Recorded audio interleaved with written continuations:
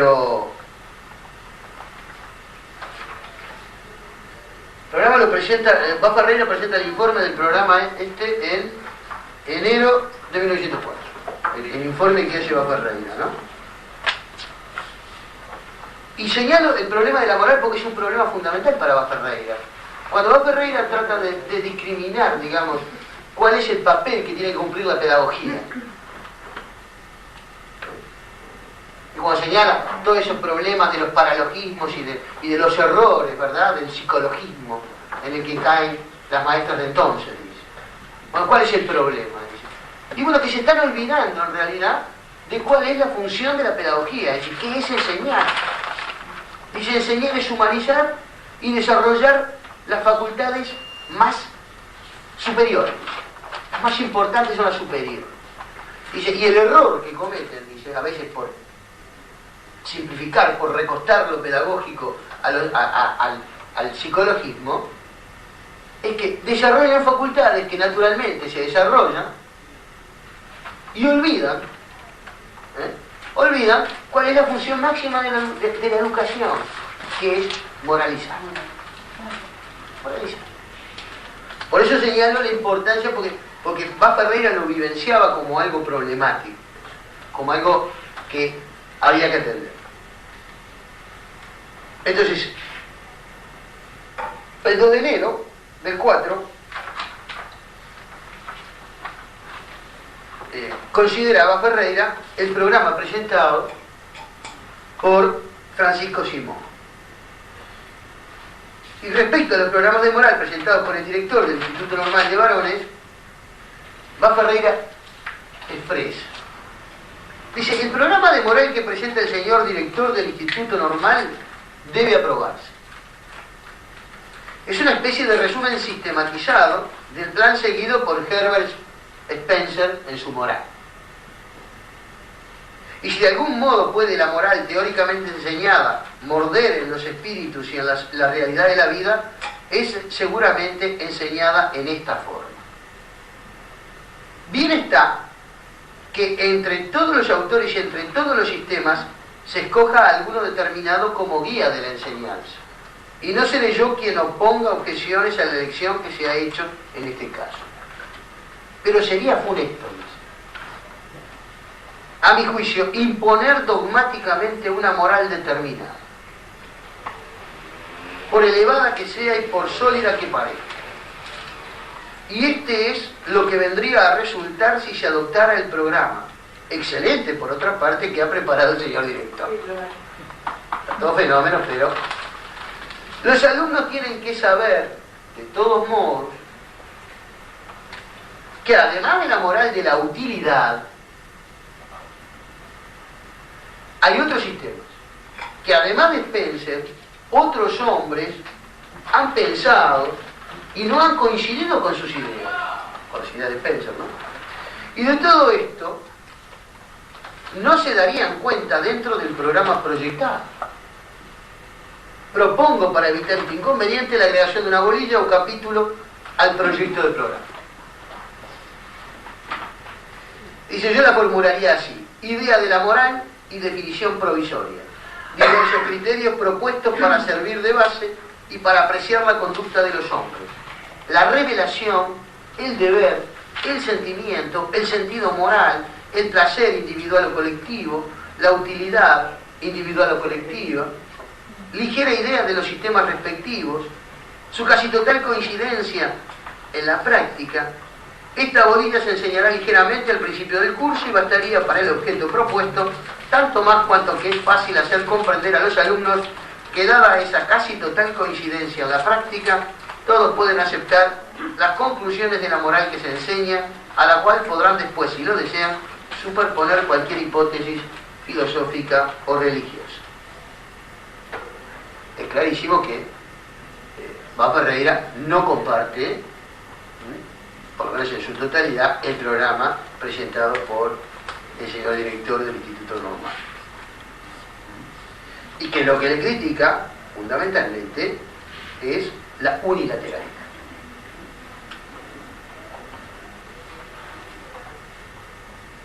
De alguna manera siempre, si tuviéramos que que señalar algún rasgo distintivo del pensamiento de Eva Ferreira, podríamos señalar esas afirmaciones que él mismo realizó en diversas ocasiones, de que de lo que se trata es de pensar por ideas y no por sistemas. A Eva Ferreira da la impresión de que siempre le repugnó pensar por sistemas.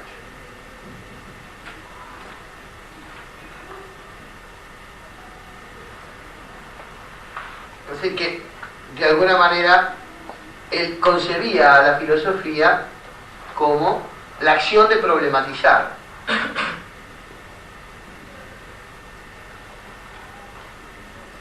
Pero no la acción de encasillar dogmáticamente soluciones encuadradas dentro de una corriente o de una escuela. Claro está que llevar adelante una propuesta de este tipo no es tan fácil. No es tan fácil zafar de los sistemas.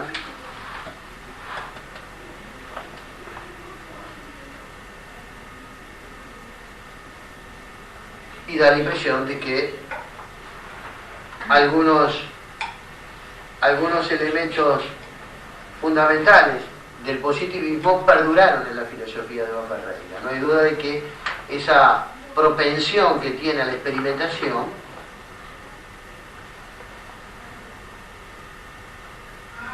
eso es algo propio del positivismo cientificista de fines del siglo XIX.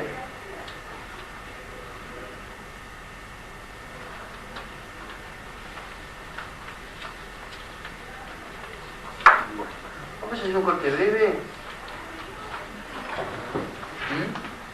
Así los fumadores como yo, por ejemplo.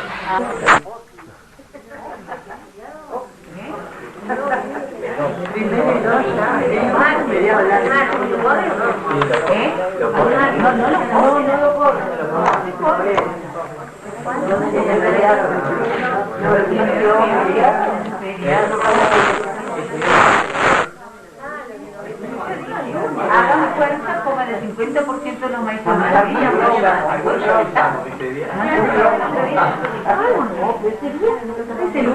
Bueno.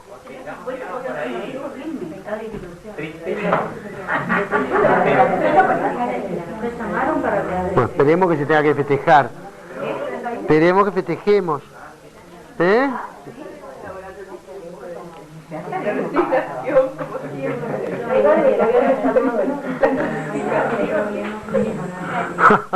Por favor.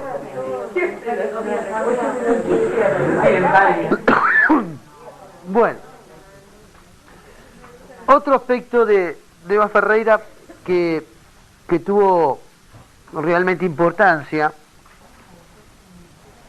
fue lo concerniente a la organización de la enseñanza normal.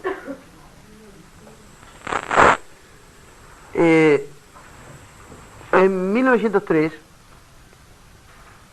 se presenta, se aprueba el presupuesto, cosas que no son tan gratas para tratar siempre, el presupuesto asignable a el funcionamiento de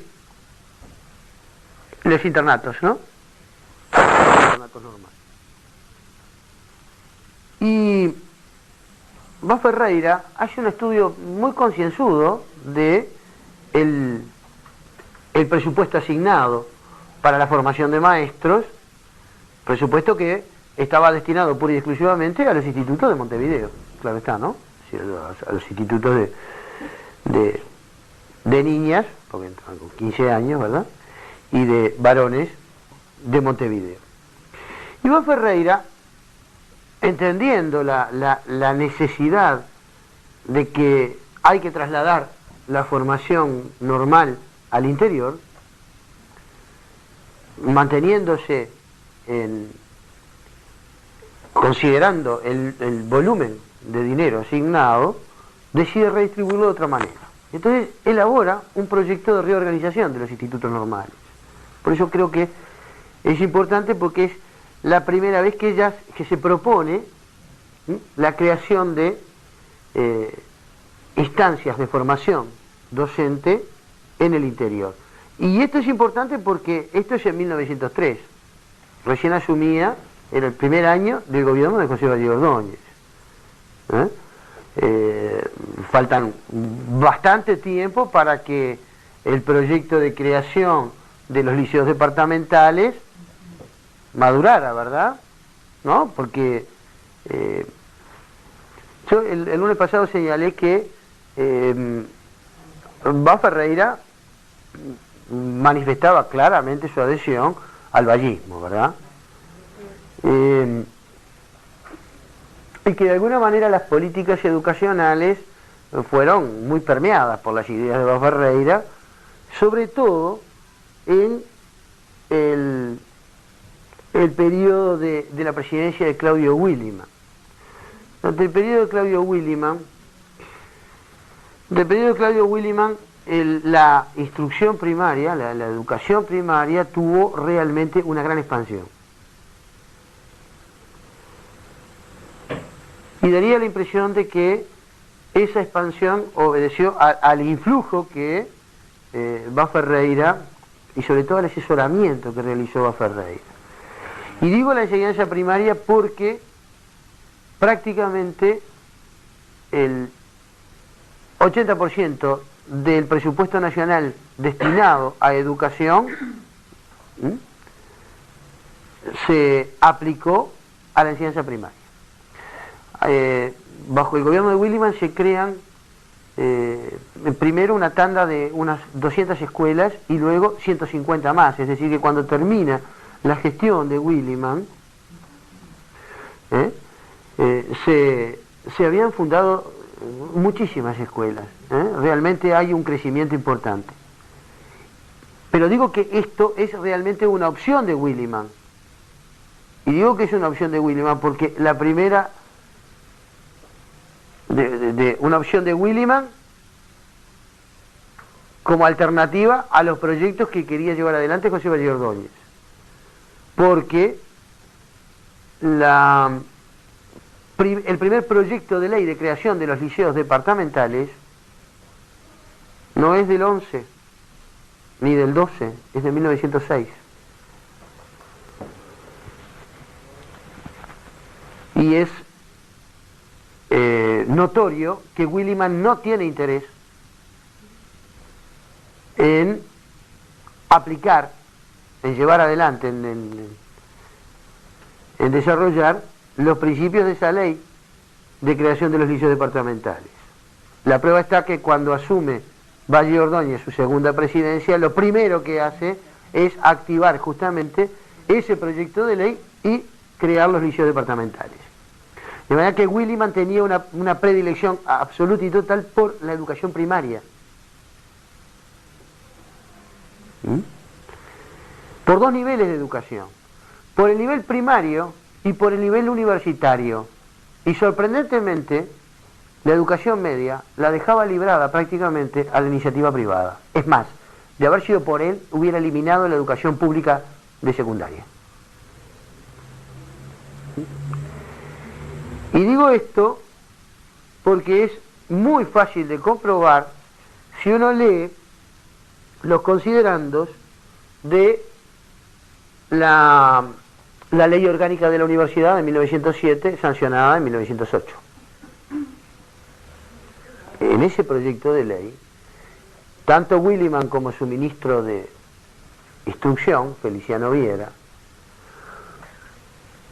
manifiestan el interés en que en unos años, dice, la educación pública secundaria desaparezca como educación pública.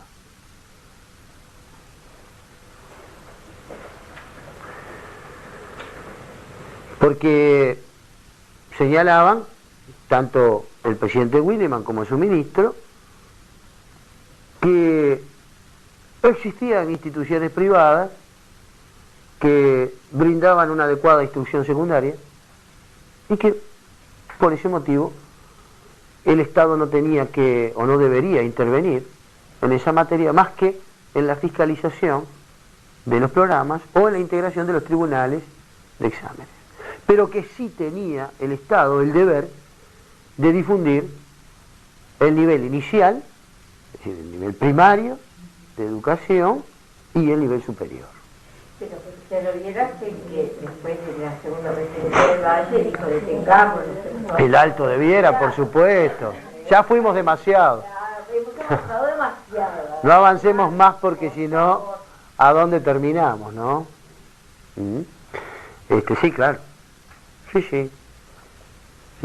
Pero señalo esto justamente porque es interesante ver cómo durante el mismo ciclo del vallismo, ¿no?, aparecen propuestas que son privatizantes. Por eso lo señalo. Porque si hay un rasgo de la política vallista que caracteriza ese periodo, ¿qué es? Es el estatismo, la estatización. Y sin embargo, nos encontramos con que en materia educacional hay propuestas que son de carácter privatizante. Ya vimos en el 5 ese proyecto que había presentado el señor Pereira Núñez, el doctor Mariano Pereira Núñez, que proponía que las escuelas en el interior, claro, las escuelas rurales fueran subvencionadas por privados. Y hasta hace poco, y nunca fue se puede debatir. Nunca fue de estancia. El dueño de la estancia daba casa, habitación para impartir educación, el gobierno le pagaba al maestro. Claro. Lo que pasa es que este tipo, Pereira Núñez, que también era abogado, como no puede ser de otra manera, había fundado en Mercedes una sociedad tipo filial de la Sociedad de Amigos de la Educación Popular, que había fundado escuelas en Soriano y en Mercedes. Eran escuelas privadas, eran emprendimientos privados, tan privados como lo fue el Elvio Fernández. Era un emprendimiento absolutamente privado. Y la Sociedad de Amigos de la Educación Popular cotizaban, tenía miembros, ¿no?, que cotizaban, y con esa plata se sacaba la enciclopedia de la educación, ¿verdad? Y con ese dinero se financiaron emprendimientos de desarrollo técnico, ¿verdad? Porque se daban cursos, los apuntes de Francisco Antonio Berra se escriben en ese periodo. Es decir, hay una preocupación por un mejoramiento, digamos, técnico, pedagógico, que no dejó de tener problemas, porque, digo, problemas en el sentido de conflictos internos, ¿verdad? Porque es conocido el conflicto entre Varela y Berra,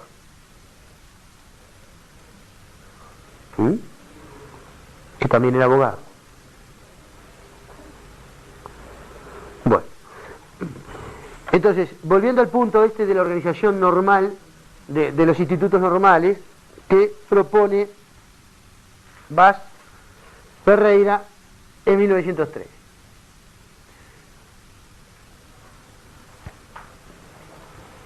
Lo primero que señala Vaz Ferreira es que ninguna institución escolar ha tenido tantos proyectos como los institutos normales. Yo no sé qué diría si viviera hoy.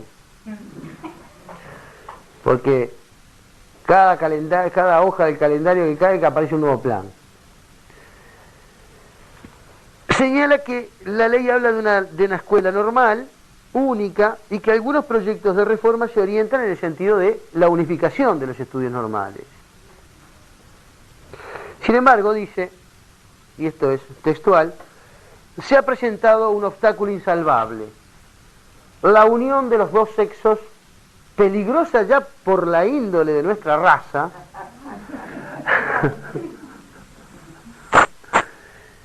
peligrosa ya por la índole de nuestra raza, aún en las escuelas infantiles se ha creído que lo sería a tal punto en las escuelas normales que todos los proyectos se han detenido o han fracasado aquí. Como ven, Vaz Ferreira no es demasiado progre en este asunto. Y otros proyectos, dice, han fracasado por cuestiones, por la razón del artillero, cuestiones presupuestales. No hay plata. Entonces, señala va Ferreira que proyectos radicales en extremo, como los de la supresión de los establecimientos normales, que también se había manejado, sí, simplemente, el liquidarlos y ya está. No hay plata. Y otros tendentes a obtener recursos para la provisión de maestros reales, dice, han tenido poco éxito. Dice, entre los proyectos de la segunda categoría, el de la provisión de los maestros rurales, se dan cuenta la persistencia de este tema, ¿no? La preocupación que tiene. El problema, claro, el problema es el maestro rural, no hay. En campaña no hay. Dice, entre los proyectos de la segunda categoría debe incluirse el del actual inspector nacional, es decir, Abel J. Pérez. Dice, no cree su autor en manera alguna que los institutos actuales sean un mal o sean inútiles, pero comparando su utilidad con la que podrían ofrecer establecimientos instalados con el mismo fin en la campaña, opta por los últimos y sacrifica a los primeros, obligado por la inflexibilidad del presupuesto. Porque Abel J. Pérez decía, bueno, tenemos este presupuesto, ¿no? Si tenemos tanto dinero para el funcionamiento, para la operativa de los institutos normales. Como yo les decía, el problema que tenían es que los becados que venían se quedaban en Montevideo. Los tipos se egresaban y no volvían. Entonces, Pérez lo que proponía era liquidar, cerrar los establecimientos en Montevideo y abrir cursos en el interior, porque el presupuesto no daba para las dos cosas. Y es así que va Ferreira se propone tratar de resolver el problema de alguna manera. Después le parecía un disparate cerrados de Montevideo, los institutos normales de Montevideo, para abrir los cursos del interior. Señala, va Ferreira, dice, la absoluta necesidad de la enseñanza normal en los departamentos es, como acabo de decirlo, señalaba, una de las más imperiosas entre nosotros. Y solo sería de desear el poder rellenarla sin recurrir a un expediente tan extremo como ese que señalábamos de cerrar los institutos normales de Montevideo. Entonces propone la creación de una escuela normal única. Dice, es posible a la vez crear la escuela normal única, tal como la concibió la ley, siempre separando los sexos, por supuesto, por esas cosas horribles que pueden ocurrir, ¿no? Dice, darle una excelente organización, ponerla en condiciones de fácil y progresivo perfeccionamiento, dar carácter esencialmente práctico a su enseñanza, crear varios establecimientos normales en campaña, y todo esto sin caer en ninguno de los inconvenientes apuntados, sin el menor costo, sin el más mínimo aumento en el presupuesto. Pero ¿qué propone Ferreira? Dice que en cada instituto normal, 3 días a la semana, se dictaran clases teóricas, menos pedagogía. Y que los 3 días restantes, pedagogía de mañana, y por la tarde, la práctica en una escuela de aplicación, que sería una escuela de práctica. Dice, esta repartición del horario con respecto a la actual se traduciría en una alteración en la proporción del tiempo consagrado a la enseñanza teórica y a la enseñanza práctica respectivamente. Se daría un poco menos tiempo que ahora a la enseñanza teórica y a algún tiempo más que ahora a la enseñanza práctica. Los institutos, sin dejar a un lado la teoría, formarían maestros más preparados en la práctica profesional. Es decir, acá nuevamente aparece esa insistencia de Ferreira en la experimentación, ¿no? Es decir, la práctica. Hacer una conjugación de la teoría. Claro, claro. Y sobre todo esta repartición de los 3 días, porque de esta forma se daba clase los sábados, quiero aclarar, ¿no? Se daba clase los sábados. Entonces, de esta manera, con el mismo cuerpo docente, se estarían cubriendo los 2 institutos. ¿Se entiende? Sí, claro, él le quiere buscar la vuelta para, con esos pesitos que tiene, poder armar el asunto. para que sobreviva la formación normal. Dice, como las clases de pedagogía se dan en el local de las escuelas de aplicación, ¿no? Dice, tanto el local del instituto como el cuerpo de profesores solo son necesarios 3 días a la semana. Lo que yo les señalaba. Empléese ese local y esos profesores en esos 3 días libres en la preparación de los maestros varones. Entonces, de esa manera se cubría con el mismo plantel docente los 2 internatos. ¿Eh? El original. Porque, claro está, ¿no? De esa manera, en la preparación de los maestros varones, y de una manera sencillísima, se habrá creado la escuela normal sin el peligro de la reunión de sexos. Se habrá hecho más práctica la enseñanza y con inmensa economía realizada. Se podrá, por una parte, mejorar la organización de aquella escuela y por otra, crear los establecimientos de enseñanza normal en campaña, por lo menos en la forma elemental que hasta hoy nos habíamos atrevido a desearlos. Es decir, que con lo que ahorra, hablando de claro, ahí está, con lo que ahorra, la plata que ahorra de los internatos de Montevideo, con esa plata se destina a formar maestros en el interior.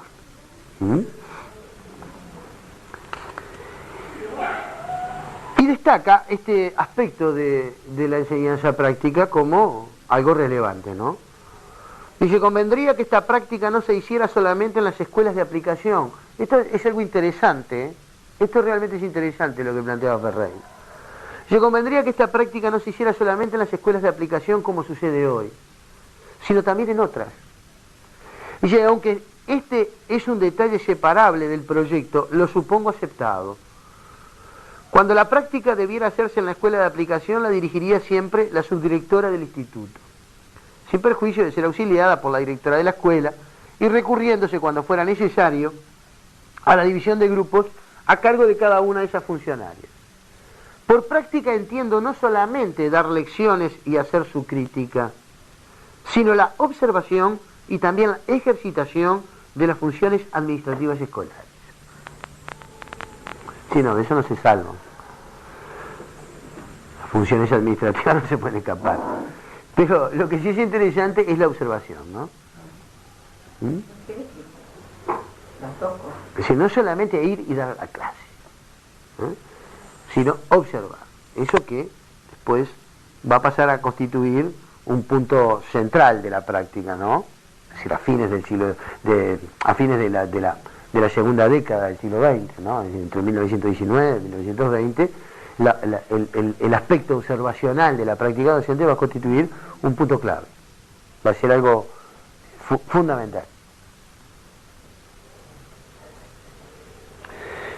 Y después, para los establecimientos normales del interior, lo que señala es como medio, ¿no? Para llevar a la práctica, destinar los recursos de 54 becas o pensiones previstas por el presupuesto para la creación de los institutos normales del interior. Y los establecimientos normales de campaña pueden perfectamente, como el nacional, ser mixtos gracias al régimen de la alteración de días, por supuesto, ¿no? Aplicable en aquellos como en este. Así como funcionarían los normales de Montevideo. En cuanto a los exámenes, sería lo mejor que se realizaran en los mismos departamentos, pero ante una comisión delegada de Montevideo. Es decir, que lo que está planteando realmente es la instalación por medio de... claro que no se llevó a la práctica esto. No, porque las promesas, digamos, presupuestales, ustedes fíjense que estamos en el 3. ¿Qué año es ese? Esto es en el 3. Este presupuesto, No, ¿qué año se crearon los institutos? los normales, departamentales, diversos, pero fue después del 30. Después del 30, fueron apareciendo, no se crearon... En cada departamento. Claro, no se crearon... Por iniciativa de digo, de los propios interesados. Ah, sí. Ah, sí. Yo estaba tratando de recordar cómo... Sí, sí. Yo hice la carrera en Paysandú. Mirá, Había sido, mira, yo son, pero muy avanzado la década del 30, ¿eh? Muy avanzada la década del 30. El libro, te digo por si te interesa, hay un libro que es de Alfredo Castellanos, el historiador Alfredo Castellanos. El libro está dedicado al tratamiento de la... tiene un título largo, la importancia o la relevancia, no me acuerdo si importancia o relevancia de la ley de creación de los liceos departamentales de 1912. ¿Está? En ese libro, que es de 1967, ¿ah? Que recibe un premio del Consejo Nacional de Enseñanza Secundaria. Ese libro trae un detalle de cada uno de los normales creados en qué momento, y recuerdo que es diverso, pero sé que es después del 30 largo, que se empiezan a crear. Cuando empiezan a crearse ya prácticamente a los 2 o 3 años, cada 2 o 3 años se creaba uno, pero es muy posterior, es muy posterior. Las razones por las cuales esto no se lleva a la práctica son las razones del artillero, ¿verdad? Estamos en el 3, en el 4 está ya la guerra civil. El presupuesto en realidad se lo comió la guerra civil.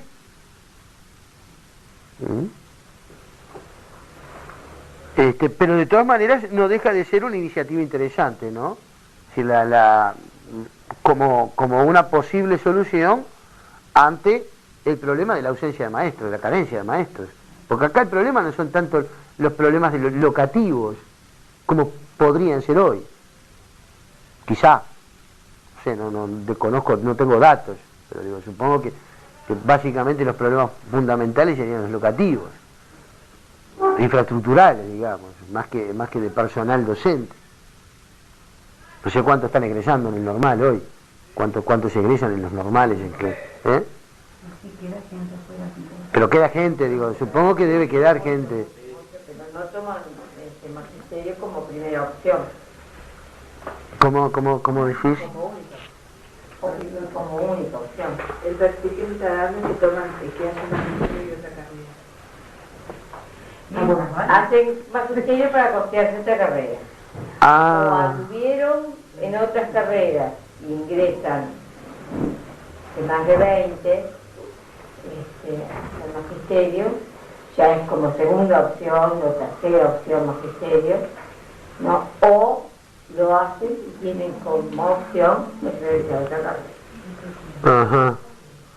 Sí, eso es un medio y no un fin. Ahí está, es como un medio, pero... No, claro está, pero... Es un porcentaje muy pequeño. La realidad en este momento es que De 20 alumnos, 5, que hay. de 20 alumnos, 5 lo hacen como única opción,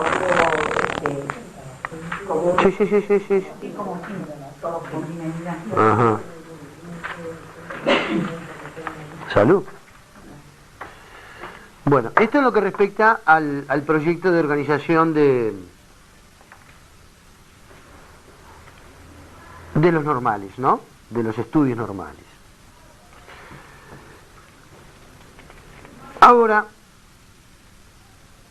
quisiera detenerme en un punto que para Abad Ferreira es importante y que es lo que refiere a las relaciones entre la pedagogía y la psicología. Yo les decía hoy al comienzo de la charla, incluso en la bibliografía, yo les identifico los artículos que figuran en los anales de instrucción primaria, que son una fuente fabulosa de información realmente, ¿no? Es algo espectacular, es realmente espectacular. Sorprende que los historiadores de la educación no se hayan detenido en profundidad, digamos, en una forma sistemática al estudio de los anales. Porque podemos seguir paso a paso la educación y sobre todo las anticipaciones de cuestiones de carácter teórico o práctico que aparecen, que se manifiestan en los anales.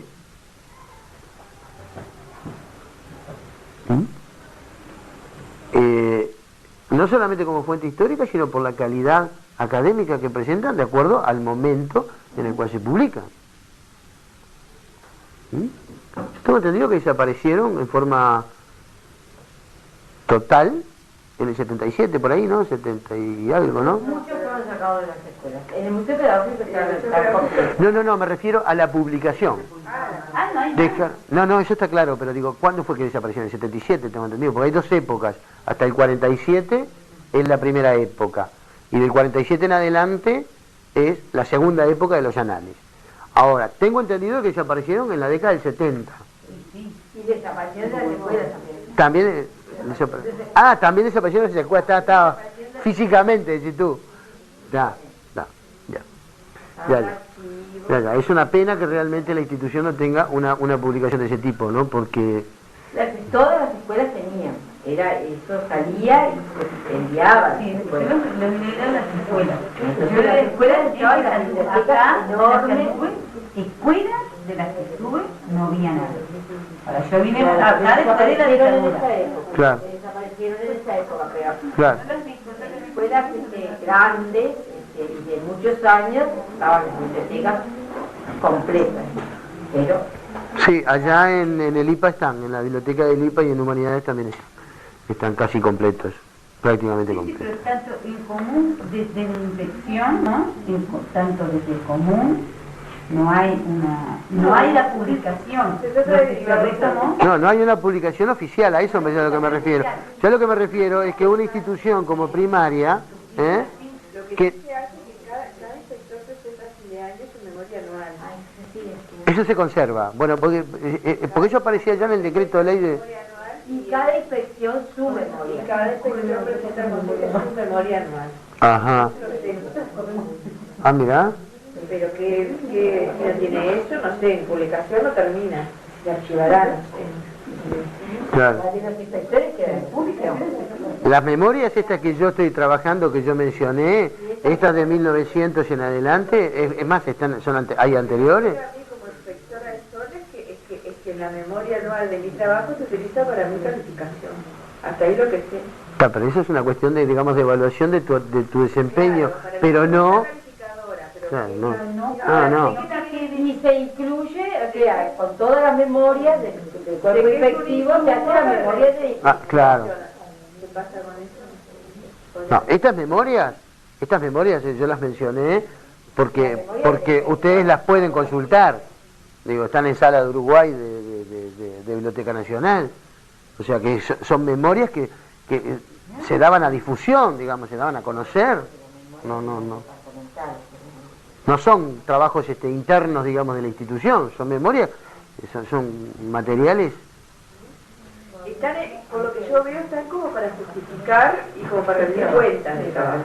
Ajá. Como de producción académica, Claro. es como para control. Materiales clasificados, dice ya el compañero. Bueno, me parece que este aspecto de las relaciones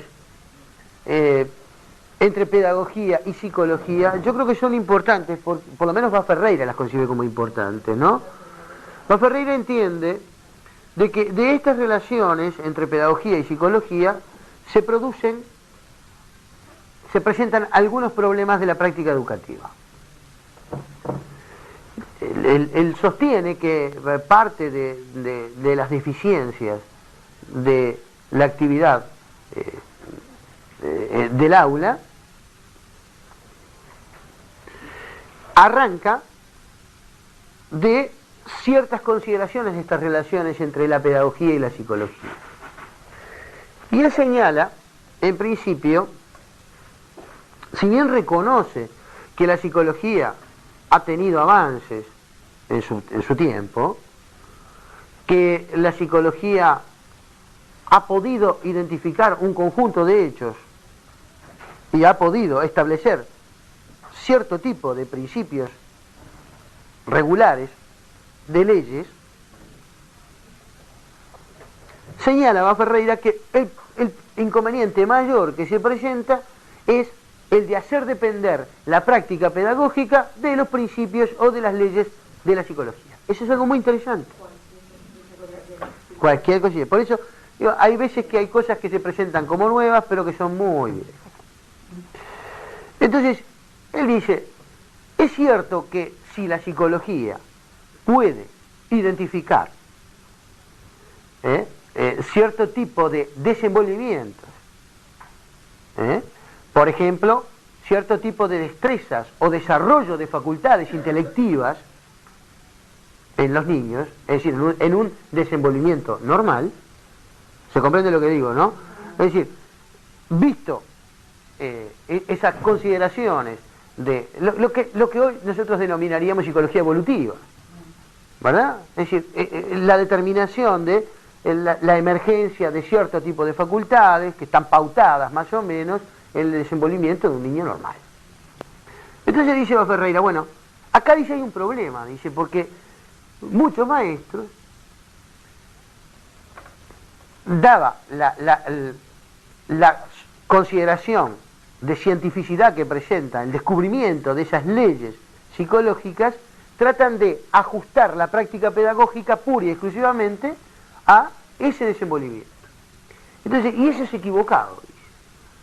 Porque dice, hay dos posibilidades.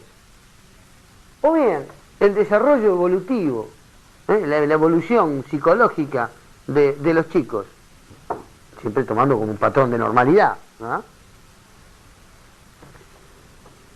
Ese desenvolvimiento, en ese desenvolvimiento, ¿interviene la acción educativa y pedagógica o por el contrario obedece a un desarrollo natural? Esa es la primera pregunta que se hace Ferreira. Entonces dice, de allí se deriva, entiende Ferreira, que de allí se deriva un primer problema. Si el maestro trata de ajustar la práctica pedagógica a ese desenvolvimiento y prestando atención a las facultades que se están desarrollando en una etapa determinada y orienta toda su acción pedagógica a esas facultades que se están desarrollando entonces en el niño, y se puede ocurrir dos cosas. O bien son prácticas inútiles, porque de hecho esas facultades se van a desarrollar inexorablemente y entonces la práctica pedagógica deja de ser lo que tiene que ser. Es más, él dice, en definitiva, si cierto tipo de facultades intelectivas se están desarrollando, dice, es natural que la práctica pedagógica tienda a ser gradual, o sea, empiece de acciones de menor complejidad a otras de mayor complejidad. Y se pregunta a Ferreira, bueno, pero ¿y para qué?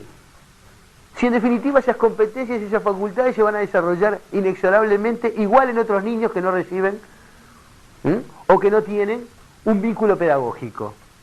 Entonces, la práctica pedagógica es errática, está equivocada. Dice, ¿en dónde la práctica pedagógica tiene que actuar? Eso es lo que se pregunta Ferreira. ¿O a qué tiene que tender? En definitiva, lo que se está preguntando Ferreira es cuál es el fin de la educación, ¿no? Y dice, es verdad, es necesario, dice Ferreira, que la acción educativa tome en cuenta los conocimientos adquiridos sobre todo por la psicología experimental, porque ustedes no se olviden de que es el momento en el cual el impacto de la psicología experimental le daba una presencia, digamos, le daba una fisonomía a todo el conocimiento de la psicología experimental de cientificidad muy fuerte. Entonces era muy difícil negar a Wundt, en fin. Entonces dice Ferreira, claro que el pedagogo tiene que tomar en cuenta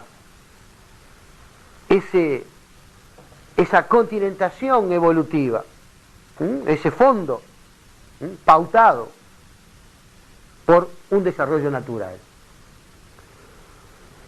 Pero dice, pero no tiene que someter la práctica pedagógica a las pautas de la evolución psicológica. Tiene que tomarla en cuenta. No tiene que contrariarla. Pero una cosa es no contrariarla y otra cosa es someterse a un desarrollo que corresponde al campo de lo psicológico. Dice, lo pedagógico tiene que agregar un quantum, algo más, que no debe estar en el desarrollo natural de lo psicológico en el niño. No sé si se entiende lo que estoy planteando. Sí, está hablando nada menos que las expectativas del docente, o el curso baja. Claro. Que nosotros trabajamos hoy. Claro. Un docente con altas. Exactamente. Él dice, bueno, el campo, digamos, de lo pedagógico, ¿en dónde se manifiesta? Se manifiesta justamente en el accionar y en el posibilitar el desarrollo de actividades intelectivas que naturalmente no se desarrollan. Es solo allí donde tiene que actuar, dice Ferreira.